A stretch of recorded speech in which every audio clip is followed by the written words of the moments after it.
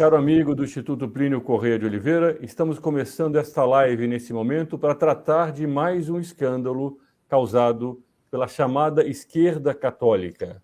Nós estamos aqui ao vivo nesse dia de hoje, no dia 5. Ontem, o presidente Lula recebeu o apoio de alguns frades franciscanos. Entre eles estava o provincial franciscano, por assim dizer, a autoridade maior aqui no Brasil. E o Frei Davi, que é diretor da Educafro. Nós vamos tratar disso para ver exatamente aquilo que aconteceu. Nós estamos aqui ao vivo com os senhores Júlio Loredo e Miguel Vidigal, doutor Miguel Vidigal, ambos já conhecidos de nosso público. Aqui eu estou colocando nesse momento também a foto da nossa capa, desta live, que mostra o Lula com as mãos juntas, ele que agora precisou dizer que ele é cristão, casado na igreja, frequentador de igreja, assim por diante, por causa da grande força do Brasil profundo, desse Brasil conservador, que a mídia durante muito tempo procurou esconder. Aqui aparece aqui atrás, no meu mouse deve aparecer, esse é o provincial franciscano, esse é o Frei Davi, que fez a saudação ao Lula. Nós vamos ver um vídeo dele em que ele faz uma saudação incrível, confessando, no fundo, que o Lula é filho da teologia da libertação. A esquerda católica, hoje, que sofre, inclusive, em certo sentido, sofre também as consequências de um governo que foi colocado no poder por ela, que é o governo da Nicarágua. Este é o canal do Instituto Plínio Corrêa de Oliveira. Eu gostaria de pedir que você se inscreva nesse canal e ative o sino das notificações. Essa inscrição é uma reação, essa inscrição é uma articulação de pessoas que querem defender o nosso país e a civilização cristã. Não se esqueça de compartilhar esse vídeo entre seus amigos. Nós veremos hoje aqui alguns assuntos muito importantes. O senhor Júlio Loredo é autor do livro sobre a teologia da libertação, um best-seller. É um livro não apenas excelente do ponto de vista doutrinário, mas é um livro também que, ao mesmo tempo, serve como um ariete, uma arma de defesa contra a teologia da libertação.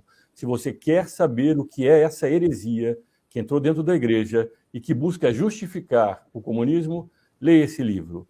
O livro dele é facilmente encontrável na internet, na livraria Petrus, Teologia da Libertação, paraquedas de chumbo ou um colete salva-vidas de chumbo para os pobres. Daqui a pouco ele vai explicar o nome exato, porque eu tenho a impressão que em algumas línguas tem outro nome. Na descrição desse vídeo, o senhor Miguel Vidigal está colocando o nome ali do livro, Teologia da Libertação, um salva-vidas de chumbo para os pobres. Muito obrigado, doutor Miguel. Na descrição desse vídeo há vários links importantes sobre o tema, inclusive sobre as matérias que nós estamos vendo hoje e a importante campanha em que o Instituto está engajado e convida você a fazer parte. Assine e reze contra o comunismo. O comunismo não é apenas um sistema econômico, sobretudo o comunismo de hoje, não é apenas a revolução bolchevique, é muito mais do que isso. Ela envolve a revolução cultural, ela envolve uma infestação. Ele também é uma heresia e envolve uma infestação sobre o nosso país. Então, nós devemos rezar contra o comunismo. Essa adesão da esquerda católica apenas mostra como, hoje, o comunismo precisa misturar-se com a religião e nós temos que rezar. Eu vou pedir agora ao senhor... Vamos começar com o senhor Júlio, que comente alguma coisa sobre essa questão da esquerda católica. Daqui a pouco eu vou pedir para o doutor Miguel que ele diga algumas entrevistas que ele andou lendo sobre os protagonistas desse fato, e veremos um vídeo também desse Frei Davi, em que ele vai explicar por que ele vai fazer essa visita ao Lula. Então, fique aqui conosco, aguarde todas essas informações. Doutor Júlio Loredo, muito bem-vindo ao nosso canal. Muito obrigado por ter me invitado, é sempre um honor, é sempre um prazer estar com os senhores. Eu diria, talvez, de ouvir ao menos a primeira parte desse vídeo, porque eu gostaria de começar por ali, do Frei Davi. Esse Frei Davi, ele é da Educafro, o doutor Miguel, inclusive, tem informações. Eu vou pedir, então, também, daqui a pouco, o doutor Miguel comente algo sobre isso. Vamos colocar o vídeo. De nós, franciscanos, temos consciência de que um dos presidenciáveis mais cristãos que temos no Brasil é o presidente Lula. Ele foi membro das comunidades eclesiais de base. Ele foi acolhido por Dom Cláudio Umes, junto com a greve do ABC, abrindo a igreja e acolhendo os trabalhadores que estavam sendo perseguidos como foi perseguido Jesus Cristo de Nazaré, como foi perseguido Jesus de Nazaré. Por dia de São Francisco de Assis, hoje, dia de São Francisco de Assis, um grupo de franciscanos vamos visitar o Lula e o candidato a governador Haddad, porque nós entendemos que São Francisco quer muito ver os dois vencendo. São Francisco é o homem dos pobres, São Francisco é o homem da natureza, São Francisco é o homem que quer ver a justiça florescer. Paz e bem em São Francisco de Assis. É o cinismo levado às últimas consequências, né? Eu vou começar pela última coisa que ele fez. São Francisco, amigo dos pobres. Bom, teve um jornalista italiano, Indro Montanelli, que uma vez disse: a esquerda gosta tanto dos pobres que cada vez que toma o poder aumenta o número deles. Quer dizer, é um fato, mas é um fato objetivo, um fato histórico, um fato concreto, que onde a esquerda comunista, a esquerda socialista, a esquerda marxista governa, provoca pobreza, provoca miséria, provoca muito mais problemas sociais do que tinha antes. Então, não é amor aos pobres, é amor à pobreza. E no meu livro, que o Dr. Miguel Vidigal teve a gentileza de mostrar, que eu tenho também aqui na mão, tem um capítulo em que, a um certo ponto, cito um congresso internacional dos teólogos da libertação. E eles afrontam um problema objetivamente. Dizia, olha, onde nós governamos, a pobreza e a miséria aumentaram enormemente. Então, nós somos a favor dos pobres ou da pobreza? E a conclusão deste congresso internacional, que foi em Madrid, este congresso internacional dos teólogos da libertação, é que eles são a favor do princípio da pobreza. Então, eles são a favor dos pobres, no sentido que eles querem que todos sejamos pobres, evidentemente, com exceção dos líderes do PT, que eles agarram dinheiro de cá, de lá, Petrobras, Lava Jato, etc. Portanto, é a pobreza para os outros, não é para eles. Agora, Rúlio, aliás, é interessante sobre isso, o senhor deve se lembrar da frase de Frei Beto, ou foi Frei Boff, agora o senhor é o especialista, quando foi a Cuba, dizendo que eles viviam a verdade evangélica. O problema não era a pobreza, o problema, e que aquilo que ele defendia, era o igualitarismo. Então, ainda que todos fossem pobres e miseráveis, aquilo para eles é a visão da civilização católica, cristã, por assim dizer. Exatamente. Não, se o senhor me permite um excursus no campo doutrinal, mas muito rápido. O comunismo quer destruir a propriedade privada. O próprio Marx dizia, se queremos sintetizar o comunismo, é a destruição da propriedade privada. Por quê? Porque a propriedade privada gera desigualdade, gera hierarquia. E então, o único modo de sermos todos iguais é sermos todos pobres, é decir, não ter propriedade privada. Repito, o problema não é ajudar os pobres, o problema é empobrecer todos para todos sermos mais iguais na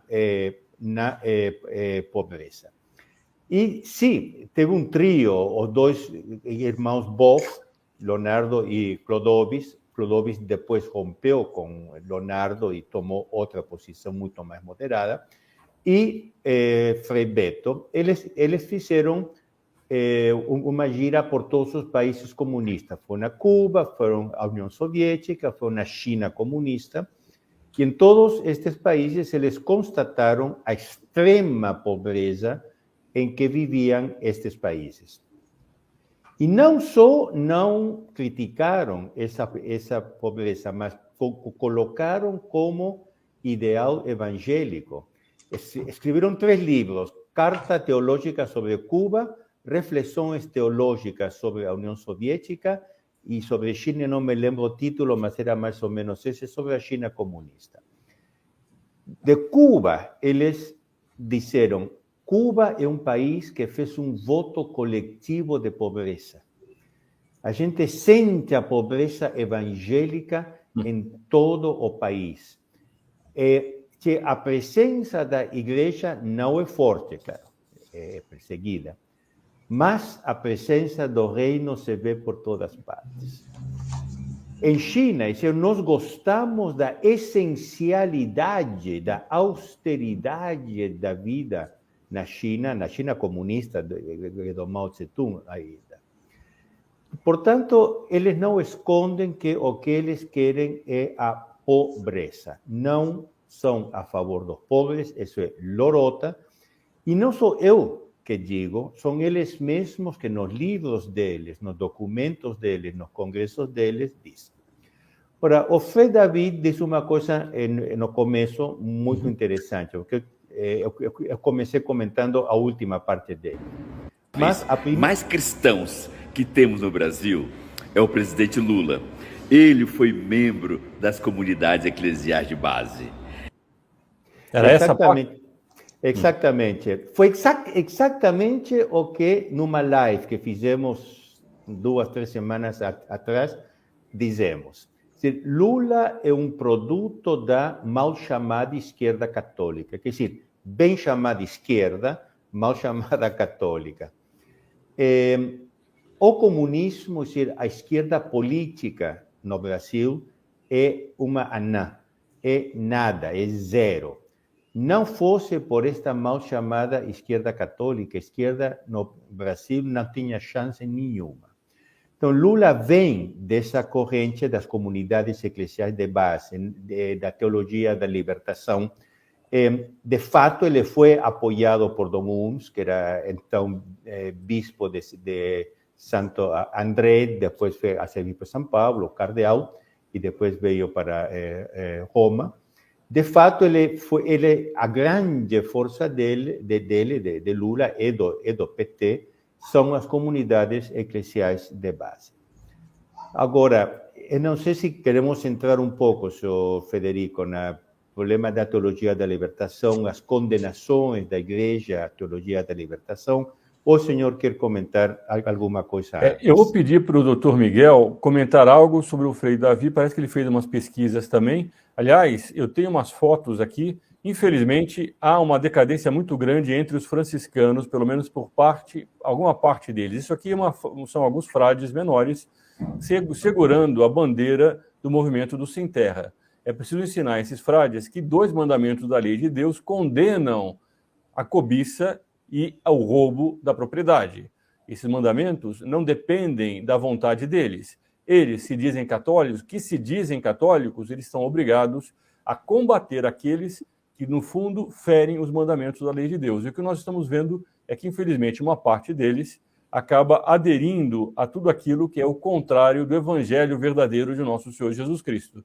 Isso é lamentável e cada vez mais é frequente se ver isso. Agora, uma coisa que eu gostaria de falar, antes de passar a palavra para o doutor Miguel, é que eu recebi alguns telefonemas também de frades franciscanos escandalizados. Evidentemente, eles pediram para que não fosse dados os nomes deles, nós vamos respeitar, mas eles ficaram muito assustados, sobretudo por causa da presença do provincial. Deixa eu colocar de novo a foto do provincial, é essa daqui. Esse é o provincial, que é o atual provincial dos franciscanos. O nome dele é Frei Paulo Pereira, ele tem 53 anos, ele foi eleito no ano passado.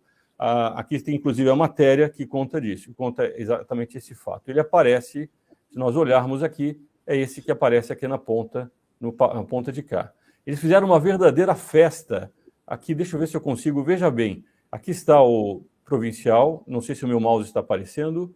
Sim. E ele está bem aqui. Bom, aqui está o Haddad, aqui está o Lula, ele está no centro. E esses frades franciscanos ficaram muito assustados com a presença deles. Vejam a festa que foi feita em função disso. O Lula tinha chamado a imprensa para uma coletiva de imprensa e foi exatamente nesse momento que ele chamou os padres a entrarem para, no fundo, apresentar a Igreja Católica como se fosse esses que estão aqui, no fundo, atacando aquilo que a doutrina católica ensina. Se algo que a doutrina católica é muito clara, como o senhor daqui a pouco vai dizer, e aliás está na descrição de nossos vídeos, desse vídeo aqui, de vários outros, nós coletamos uma grande quantidade de documentos da igreja, são vários links, condenando o socialismo, condenando o comunismo. Então você que está vendo esta live, depois dê uma olhada aqui, inscreva-se nesse site rezecontraocomunismo.org.br, mas não deixe de ler esses documentos, eles são muito importantes. Eles encerram a questão daquele que acha que pode votar num candidato de esquerda. O site do Instituto Plínio Corrêa de Oliveira, ele é apartidário, mas ele é católico, no sentido de que ele é formado por católicos. O canal é constituído por leigos católicos, e nós seguimos, nós obedecemos uma doutrina de 2000 anos da Santa Igreja Católica Apostólica Romana, que ninguém pode mudar, seja ele padre, seja ele frei, seja ele bispo, seja ele papa. A doutrina imutável da Igreja vem da revelação. Ela não pode ser mudada, ela pode ser explicitada segundo os tempos, mas ela não pode ser adulterada. Então nós, enquanto católicos, devemos conhecer a doutrina da Igreja e devemos ser fiéis a ela. Eu vou pedir ao doutor Miguel que conte alguma coisa sobre o fato que se passou, sobre as pessoas envolvidas. Doutor Miguel Vidigal, aliás, é advogado católico, membro da União de Juristas Católicos de São Paulo, e ele de vez em quando aparece aqui nas nossas lives também, para tratar de assuntos como esses. Bem-vindo, doutor Miguel. Doutor Frederico, muito boa tarde. Doutor Júlio, boa tarde, desde a Itália aí. Muito obrigado pelo convite. Saúdo a todos que estão nos assistindo também. De fato, o que aconteceu ontem reflete bem a realidade que nós vivemos hoje no Brasil. E nós não vivemos apenas hoje, nós vivemos desde o nascimento do Brasil. O Brasil é um país católico. O que quer que seja que vá ser debatido, uma eleição, o que quer que seja, a religião católica sempre estará no centro das atenções. E ontem o que o candidato Lula fez foi demonstrar isso.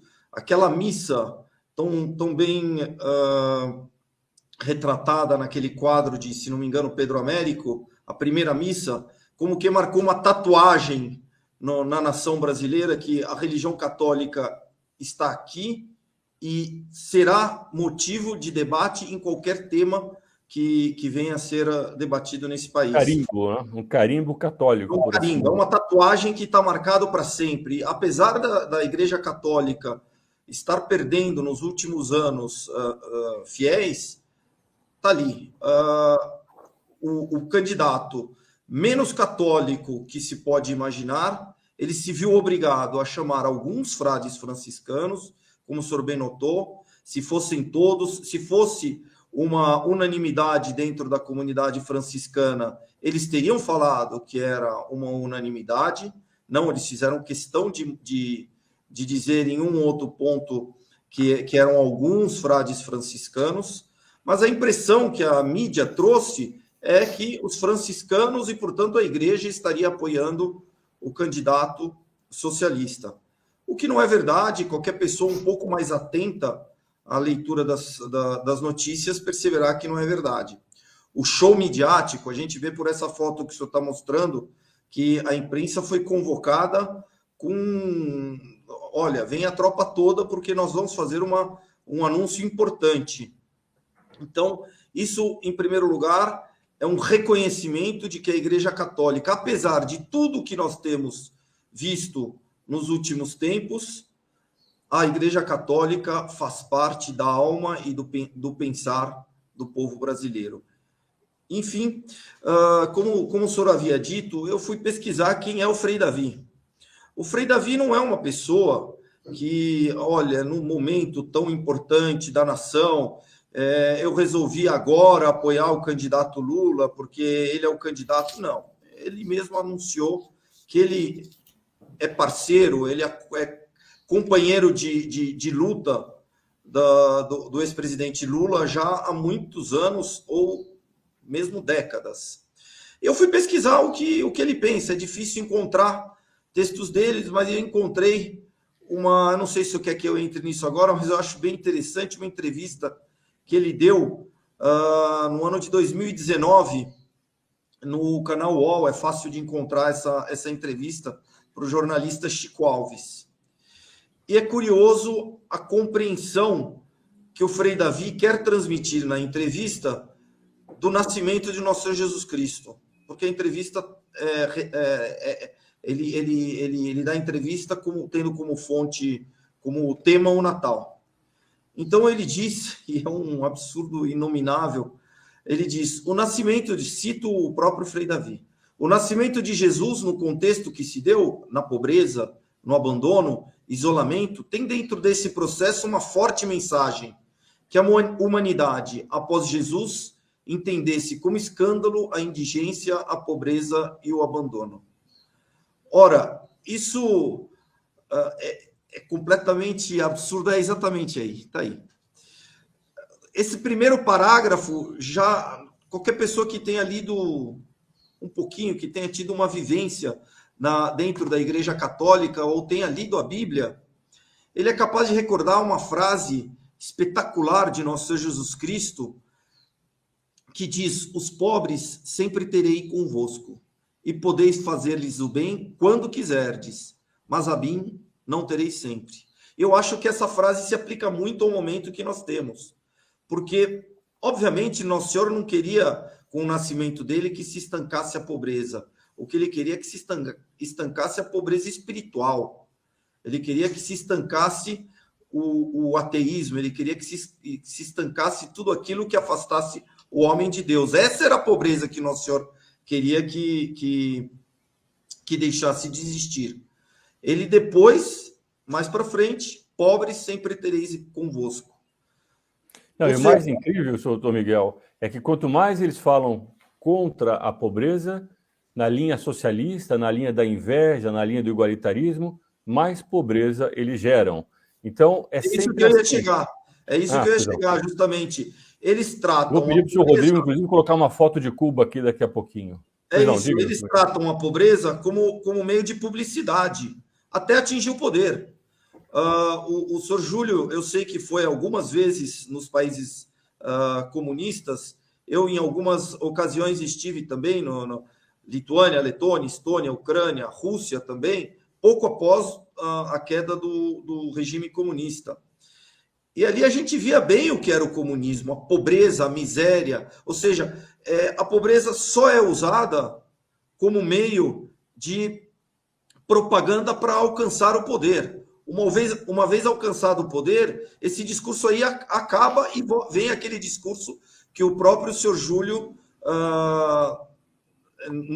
nos recordou no começo dessa live. Então é uma dicotomia que nós encontramos. O pobre é usado como publicidade, mas depois que nós alcançamos o poder, a pobreza aumenta, então o pobre acaba sendo acompanhado dos outros, porque os outros ficaram pobres também. Então não é a caridade cristã. É isso que é importante recordar. A caridade cristã que Nosso Senhor prega e que nós todos devemos, pobres, ricos, não importa, é realmente ajudar o próximo, ajudar espiritualmente, ajudar materialmente, obviamente. E então é isso que choca muito nessa entrevista que é dada. Tem outras coisas interessantes também nessa entrevista que nós poderíamos, não sei se vamos ter tempo, mas se o senhor quiser tratar um pouco desse tema, eu acho interessante. Está muito bem. Senhor Julio, o senhor gostaria de comentar algo sobre isso? Bueno, sobre ese punto, más o menos todo fue dito. Como el doctor Miguel dice, ellos usan los pobres como un ariete, es decir, ellos usan el discurso sobre los pobres como un ariete, como un modo de propaganda, es decir, no somos a favor de los pobres.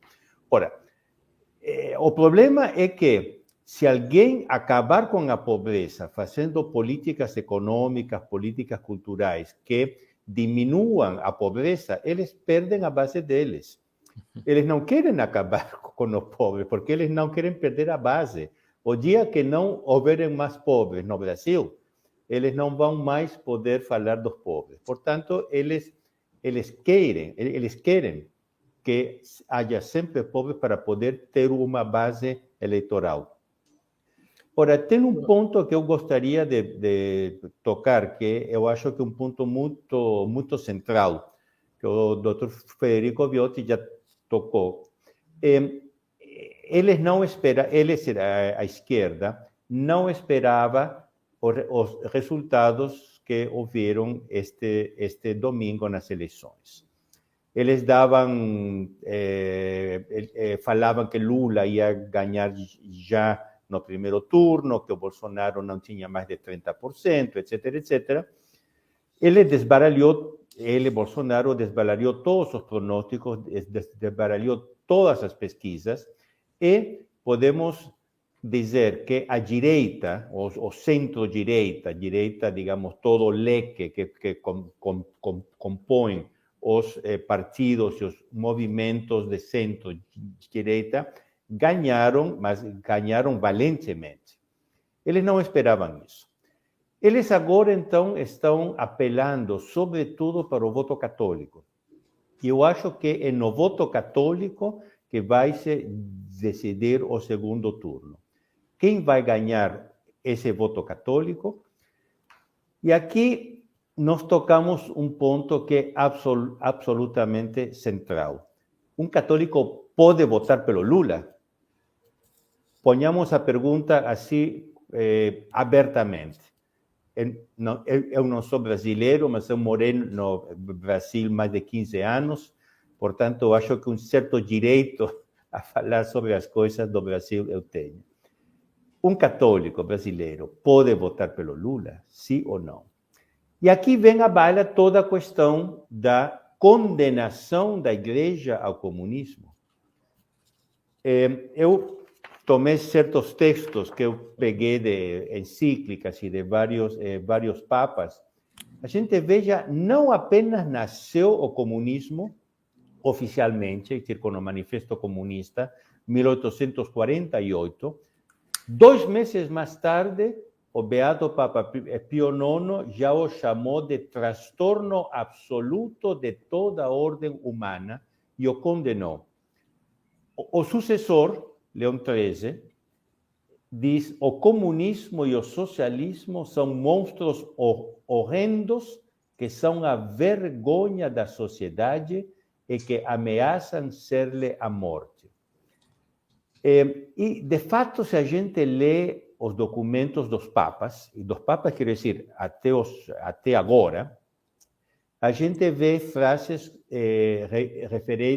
referidas ao comunismo: seita pestífera, seita abominável, seita demoledora, germe funesto, seita satânica. A linguagem da igreja com o comunismo foi fortíssima. E a doutrina da igreja sobre o comunismo está muito concentrada na encíclica, está sintetizada, melhor dizer, na encíclica Divini Redentores de Papa Pio XI. E se o senhor me permitir, eu leio 2 ou 3 frases desta encíclica. E pelo que diz respeito aos erros dos comunistas, já em 1846, nosso predecessor de feliz memória, Pio IX, os condenou solenemente e confirmou depois essa condenação. São estas as palavras que ele emprega na encíclica Qui Pluribus. Para aqui tende essa doutrina nefanda do assim chamado comunismo, sumamente contrária ao próprio direito natural, a qual, uma vez admitida, levaria à subversão radical dos direitos, das coisas, das propriedades e da própria sociedade humana.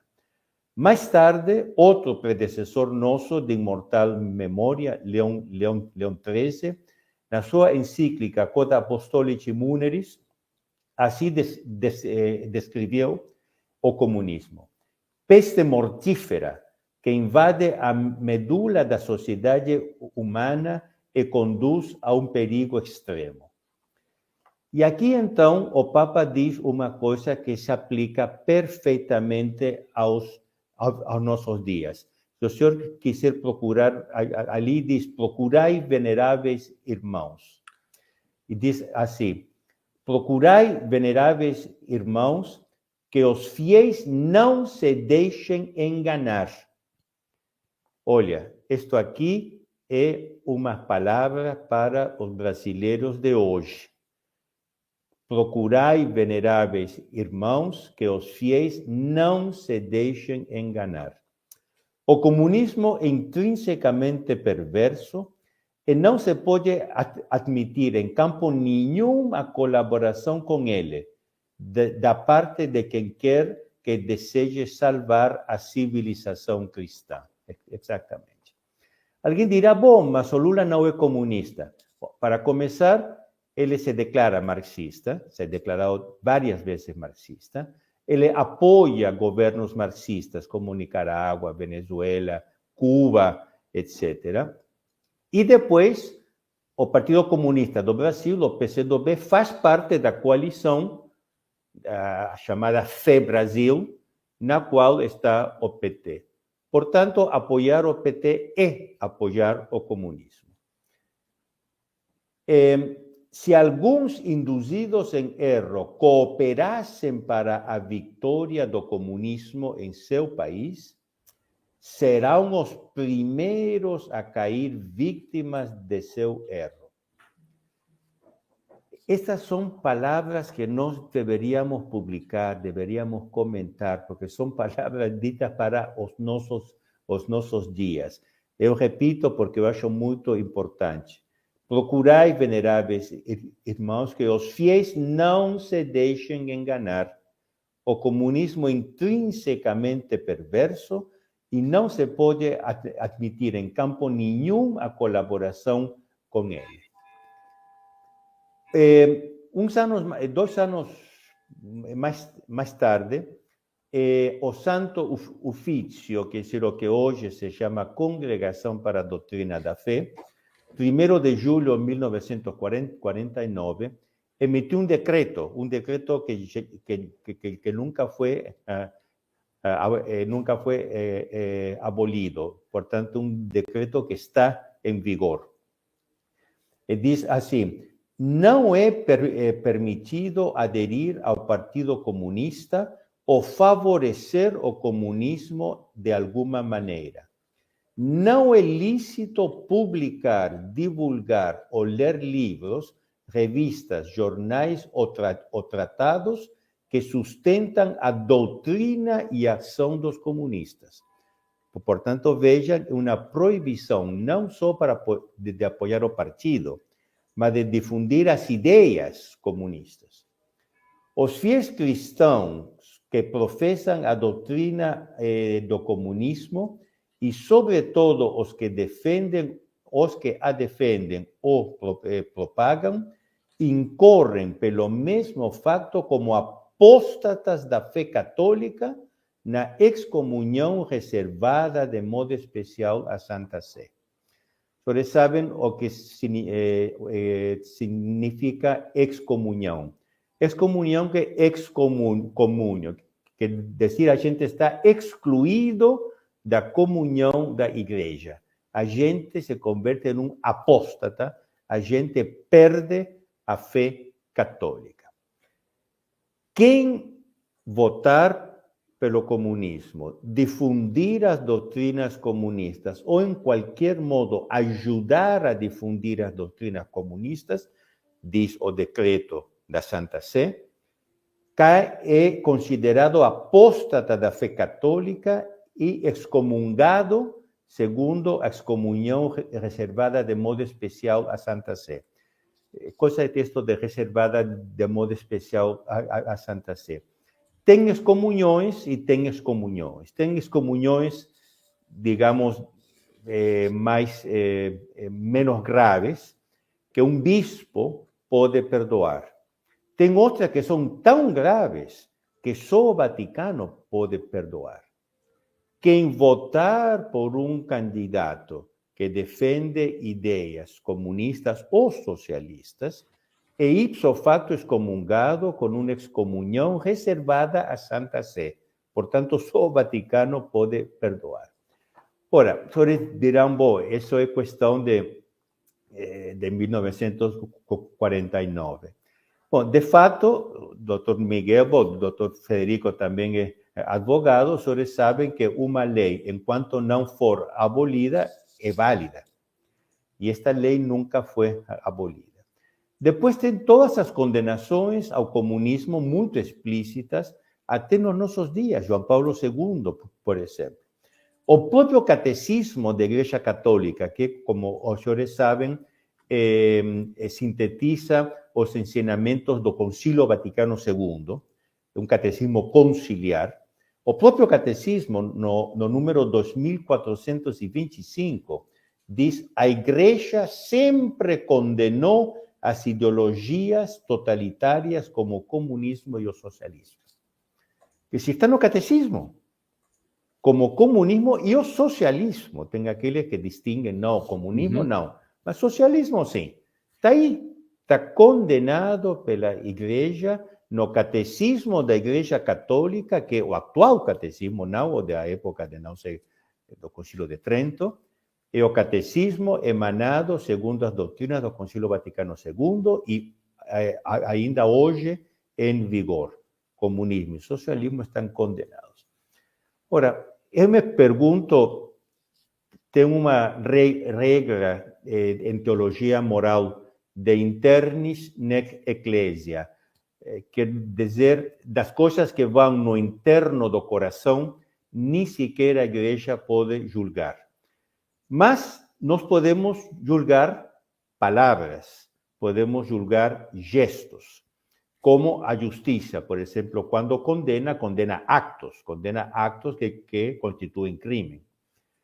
Ora, eu pergunto, como é que a gente poderia julgar, desde o ponto de vista canônico, religioso, teológico, o apoio a um candidato socialista, marxista, da parte de filhos de São Francisco de Assis? Não sei. Eu deixo a pergunta assim no ar, mas eu acho que nós, católicos, temos o dever moral de difundir a doutrina da Igreja neste ponto, sobretudo neste momento em que a esquerda está pedindo o voto dos católicos. Júlio, é fundamental isso que o senhor está dizendo. Aliás, esses documentos, eles estão aqui embaixo na descrição desse vídeo, nós temos os links para esses documentos. Vocês que estão assistindo aqui, vejam esses links, entrem nesses links, estudem, difundam, compartilhem também esse vídeo para que outros tenham acesso a essa informação. Nós estamos vendo uma grande manobra de infiltração na igreja. Ela não começou agora, ela está culminando, como culminou há alguns anos atrás, com a eleição do PT, com a eleição da esquerda. No Brasil, a esquerda só foi eleita porque recebeu apoio, infelizmente, dessa esquerda que se diz católica. Por que eu falo assim? Porque um católico, como bem lembrado pelo senhor Júlio, não pode ser de esquerda. Esquerda e catolicismo são termos antagônicos. Não é porque a igreja tem política partidária, não é por causa disso. É porque os evangelhos de nosso Senhor Jesus Cristo, a doutrina da igreja, tem consequências práticas na vida de uma pessoa. A pessoa não pode invejar aquilo que é dos outros. A pessoa não pode roubar. A pessoa não pode matar, como no aborto. Ela não pode querer fazer o pecado, por exemplo, como é no caso da ideologia de gênero. E assim por diante, que é aquilo que a igreja ensina. Tudo isso que faz a esquerda vai ao longo do tempo destruindo. Então, um católico não pode aceitar esse mundo que vai sendo destruído pela esquerda e vai se tornando exatamente o oposto do que foi pregado por nosso Senhor Jesus Cristo, ensinado pela igreja nesses 2000 anos. E contra isso, ninguém pode se levantar contra, seja ele um sacerdote ou seja ele um leigo. Nós todos temos que ser fiéis a essa mesma doutrina. Há uma coisa que o doutor Miguel comentou, eu não sei se o senhor Rodrigo teve tempo de pesquisar a questão de Cuba, se ele teve de pegar algumas fotos ou não, mas eu acho que vale a pena, eu vou pedir para ele colocar algumas aqui. Nosso Senhor deu como regra uma frase muito bonita, que é muito repetida, inclusive pela esquerda católica. Aqui ele colocou uma foto, deixa eu colocar ela aqui. Aqui, por exemplo, é uma foto de Cuba. Vejam a situação que essas pessoas estão. Tá bom, vão dizer que isso aqui parece uma favela, o Brasil tem favelas também, Uma coisa é uma exceção que existe no país, outra coisa é uma regra. Vejam essa foto aérea de Cuba. Nosso Senhor no Evangelho, ele diz algo muito bonito e muito simples, muito repetido e, infelizmente, parece que muito pouco entendido, sobretudo pela esquerda católica. Procurai primeiro o reino dos céus e a sua justiça, e tudo mais vos será dado por acréscimo. O que faz a teologia da libertação, que é materialista, esse é o ponto principal. Eles falam contra a riqueza, eles são os homens apegados à riqueza, porque eles fazem da riqueza o centro da doutrina deles. Eles julgam todo mundo através do dinheiro, através da propriedade privada. A justiça que eles procuram é a justiça da matéria. A justiça que Nosso Senhor ensina é a justiça do Espírito, é a justiça daqueles que procuram o reino dos céus. E, em função disso, criam uma sociedade cada vez mais justa, também do ponto de vista econômico. É evidente, ninguém defende a pobreza extrema, ninguém defende a miséria, mas as pessoas, pelo contrário, elas querem trabalhar para conseguir o seu dinheiro, como o Brasil está dando mostras agora com essas eleições, com as eleições passadas, com as pessoas que foram para as ruas. Esse é um Brasil profundo, de mães e pais que ensinam aos seus filhos que é preciso trabalhar, é preciso falar a verdade, é preciso guardar o dinheiro para poder ter propriedade, ao invés de roubar, ao invés de mentir, ao invés de matar. Esse Brasil é o Brasil que, infelizmente, a esquerda quer destruir. E esse é o Brasil que hoje está, nesse momento, sendo colocado à prova. E para que servem esses padres franciscanos que vão lá apoiar um candidato que, no fundo, apesar de se dizer católico, prega exatamente o contrário de tudo isso que nós acabamos de dizer? Eles vão tentar camuflar o fato de que ele, embora se dizendo católico, defenda uma doutrina que já não é católica. Ele defende uma doutrina que é muito mais alinhada à teologia da libertação que eles defendem. Se o senhor permitir, senhor Federico, eu achei aqui as frases dos dois Boff e do Frei Beto, que, lembremos, é o ideólogo, é o mentor do Lula, o Frei Beto. Eles escreveram a Carta Teológica sobre Cuba. Eles dizem, e cito, embora a presença da igreja seja muito fraca, claro, porque está perseguida, a do reino é, no entanto, muito forte. O reino de Deus está escrito nas estruturas cubanas. Não podemos negar a extrema pobreza que padecem os seus habitantes. Há uma grande sobriedade e austeridade. Gostamos da vida reduzida ao essencial. Isto é o que a teologia da libertação quer. Gostamos da vida reduzida ao essencial. Para nós, austeridade é um ideal de vida social. Cuba nos pareceu uma imensa comunidade de religiosos que vivem a pobreza evangélica. Daí foram para a União Soviética. O Dr. Miguel conheceu a União Soviética e a Rússia apenas saída do comunismo. A pobreza lá era uma coisa, bom, só não querem imaginar o que era. Encontramos valores do reino no socialismo soviético. O Espírito Santo mostra a sua presença nos processos revolucionários da libertação, como a Revolução Bolchevique de 1917. Para o Frei Beto, mentor do Lula, a Revolução Comunista Bolchevique de 1917 foi obra do Espírito Santo. Está aqui escrito. É impossível não ver a pobreza.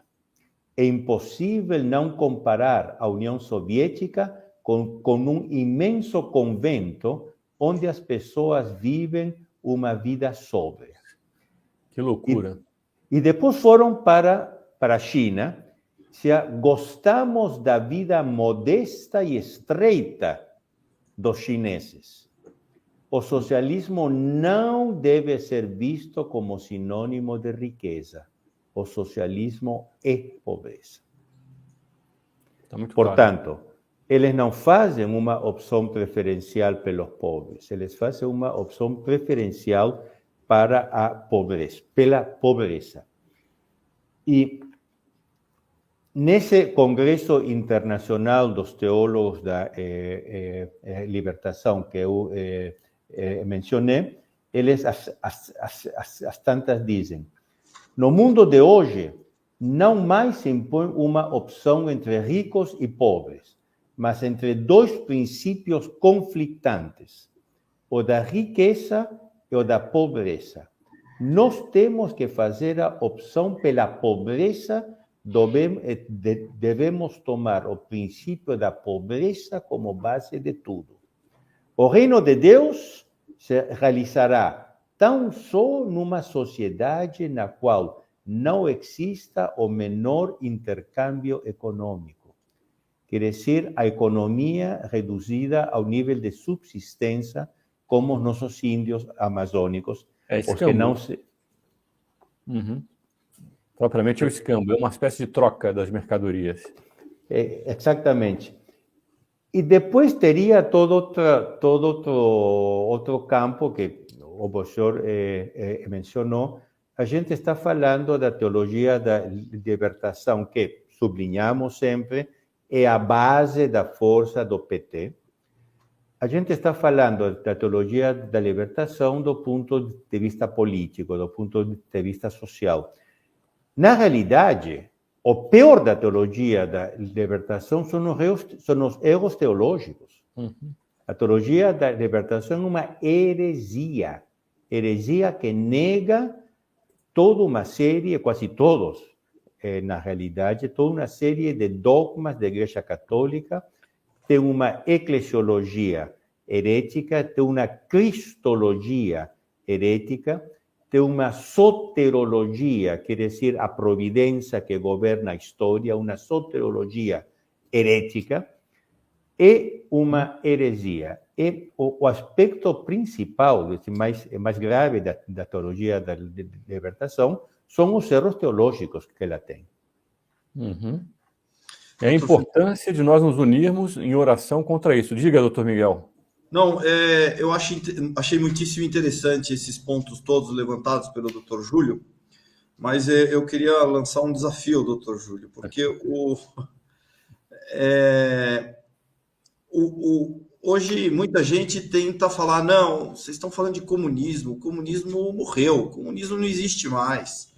Para com isso. Quando alguém fala o comunismo morreu, para mim entra, eu não quero falar a palavra comunismo, mas eu continuo defendendo as mesmas coisas, só não quero que você use a palavra comunismo. E o comunismo, de fato, ele foi evoluindo. O socialismo, a revolução e as ideias da teologia da libertação, elas foram evoluindo ao longo do tempo. De maneira que, nos dias de hoje, a pauta pobreza, etc. e tal, é uma pauta muito pouco utilizada por partidos progressistas, por políticos progressistas, etc. e tal. Elas foram dando espaço. Se nós pegamos o projeto de governo da campanha de Lula de 1989, nós encontramos, nas 27 páginas, nós encontramos apenas 3 vezes a menção da palavra minorias. As 3 vezes que nós encontramos as palavras minorias é para falar das elites. Nenhuma das vezes ela trata das tais minorias, das inúmeras, A, B, C, D, F, G, H, I, J, minorias todas que eles hoje tratam. Então, houve uma evolução no pensamento e na própria prática da revolução, do conceito comunista de ser, que daria um bom estudo para o senhor Júlio mostrar como aquilo se transformou nisso. E isso que é interessante recordar quando nós assistimos um frade franciscano dizer que essa opção que ele escolheu para votar é a melhor opção do Brasil, porque faz algumas semanas, não faz muito tempo, o candidato que ele escolheu afirmou com todas as letras, isso é encontrável em 30 segundos de procura no Google. Ele falou: as pautas da família e dos costumes são pautas atrasadas.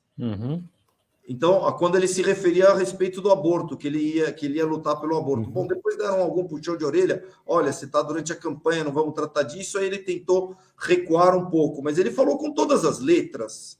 E nós fizemos um vídeo sobre isso aqui no canal.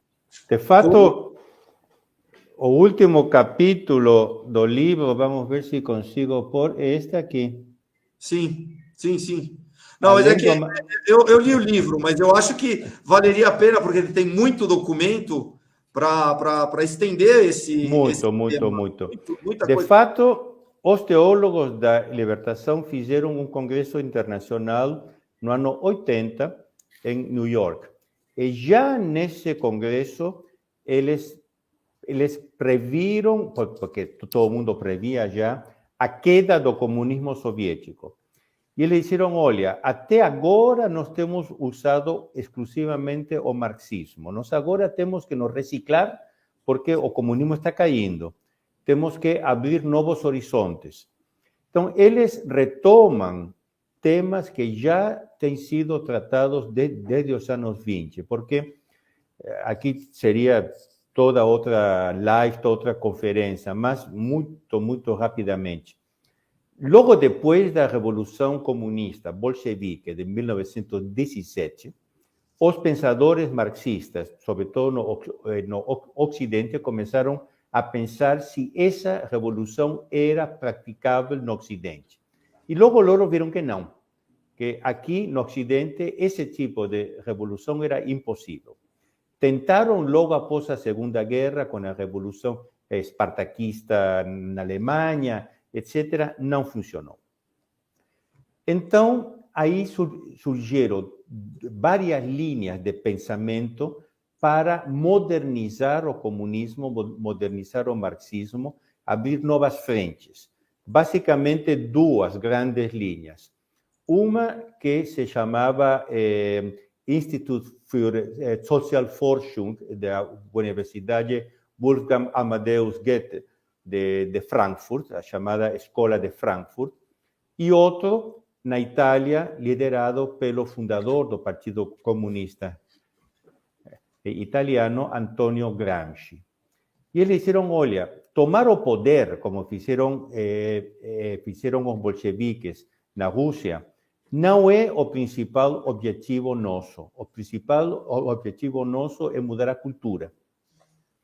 Então, por exemplo, eles já então, estou falando dos anos 20, já então começaram a estudar como manipular a linguagem para favorecer a revolução, o que muito tempo mais tarde o professor Pino Correa de Oliveira chamará as palavras talismãs.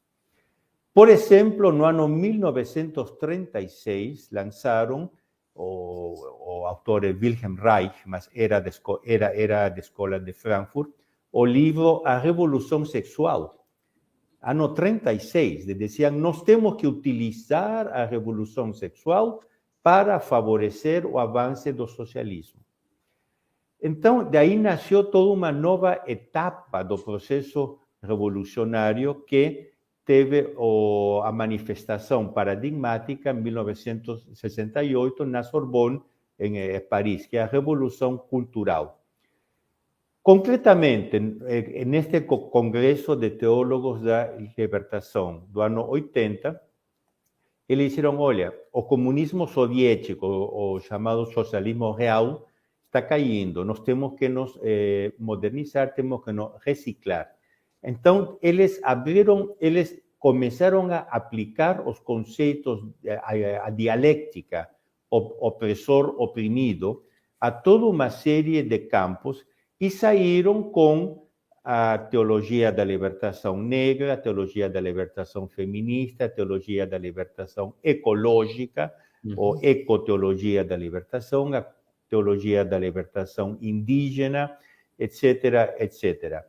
Então, de fato, doutor Miguel tem muita razão. O que nós estamos vendo hoje, se diz em português pletora, este multiplicar-se de teologias da libertação. O que une todas elas é o conceito de lutar contra qualquer opressão, contra qualquer, o que eles chamam de alienação.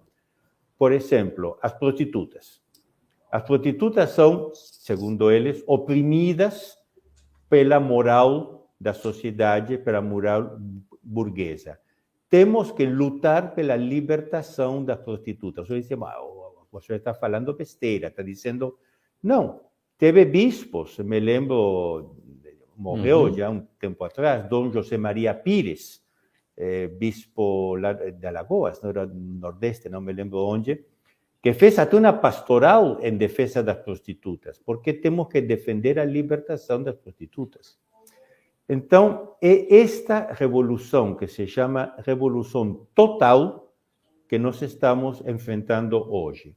Mas ela vem do comunismo, ela é, tanto que alguns o chamam de marxismo cultural ou pós-marxismo, vem do comunismo, como o comunismo já tinha vindo da Revolução Francesa. Portanto, é o processo revolucionário que continua. Agora, concretamente, o PT e os movimentos que apoiam ele, o movimento do Sem Terra, por exemplo, com Stedil, eles são muito abertamente comunistas no sentido clássico. Também tem todas estas outras manifestações, mas tem muito também do comunismo antigo. É por isso que escandaliza o apoio, por tudo isso que o senhor disse, que escandaliza o apoio de um sacerdote da Igreja Católica a uma pessoa que defende isso tudo. Porque quais foram as exigências que ele fez para que toda essa teoria, toda essa prática fosse recusada e rechaçada pelo candidato que ele apoiou? Nenhuma. Onde está a defesa da família? O que ele pediu? Olha, o senhor disse isso há 2 semanas. O que o senhor vai fazer pela família? O senhor disse em respeito ao aborto. O que o senhor vai fazer em relação ao aborto? Não, nada, nenhuma só palavra. Estamos aqui de mãos rezando, nem sei se estavam rezando, mas enfim, para que o senhor seja eleito Como assim? Ele defende aquilo que a Igreja Católica defende? Ou, por outra, ele apenas quer a tomada do poder desse homem que, muito embora se diga católico, não tem nada de católico nas suas práticas e mesmo na teoria. E por isso que o título da chamada que o Dr. Frederico colocou, muitos católicos estão escandalizados e, de fato, estão com esse apoio explícito. Não só católicos, os próprios frades franciscanos, as informações que nós tivemos, inclusive de alguns deles, é de muita tristeza, é de muita confusão. Um dos que nós tivemos contato estava muito tocado pelo fato, como é que o provincial dele participa de uma coisa dessas. Ele disse que há uma grande divisão entre os franciscanos, evidentemente há. Os mais novos são muito mais conservadores. Nós percebemos hoje essa tendência ao conservadorismo crescendo no meio do clero e também nas ordens religiosas. E aqueles mais velhos vão ficando sozinhos. Os seminários, que são mais esquerdistas, vão ficando vazios. Os mais conservadores têm muito mais padres. E vai acontecendo a mesma coisa também na sociedade temporal, no mundo de hoje. Cada vez mais, os jovens de hoje são, no geral, no conjunto deles, muito mais conservadores do que eram gerações anteriores. Nós estamos vendo uma mudança ocorrer muito profunda. E isso assusta muito a esquerda. E por isso que eles precisam também desse apoio. Aparentemente, eles precisam aparentar um apoio da igreja. Eu queria agradecer aos senhores. Depois não, senhor Rúlio. O senhor queria dizer alguma coisa? Muito rapidamente. Na política, não importa tanto o que um candidato é, mas o que ele representa. E nós já dizemos isso mais de uma vez em vários programas, mas é uma verdade. O que a gente tem que procurar é o que o Bolsonaro está representando agora, hoje, que toda essa reação antipetista, antissocialista, anticomunista, antirrevolucionária.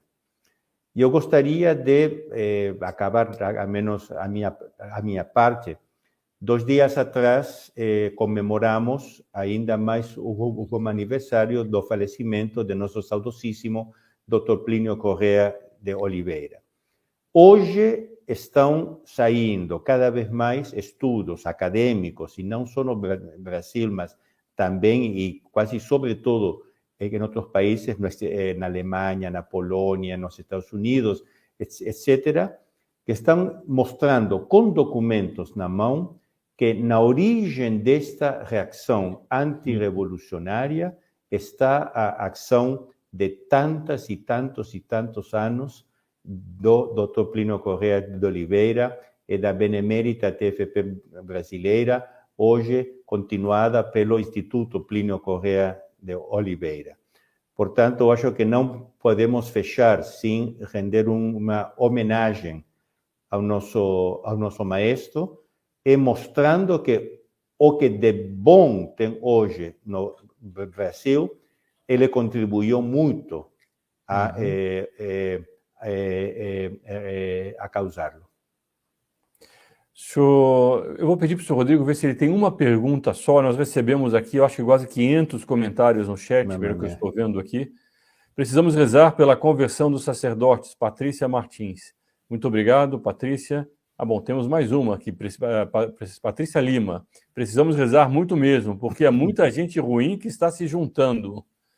É verdade, aliás, nós temos visto que quanto mais o tempo passa, mais fica clara a junção dos temas. Então, a pessoa que defende o aborto, a ideologia de gênero, a invasão de terra, o casamento de homossexual, a eutanásia, todos esses parece que formam uma frente junta, unida, para atacar a civilização cristã. Isso vai ficando muito claro hoje em dia. O grande inimigo do comunismo não é o capitalismo, e sim o catolicismo. Muito obrigado, Eduardo Leite. Gostamos muito do comentário. Bom, eu agradeço ao senhor Rodrigo já os comentários que colocou, porque nós já estamos passando de uma hora da live. Algumas palavras finais, senhor Miguel? Doutor Miguel? O senhor está sem microfone. Perdão.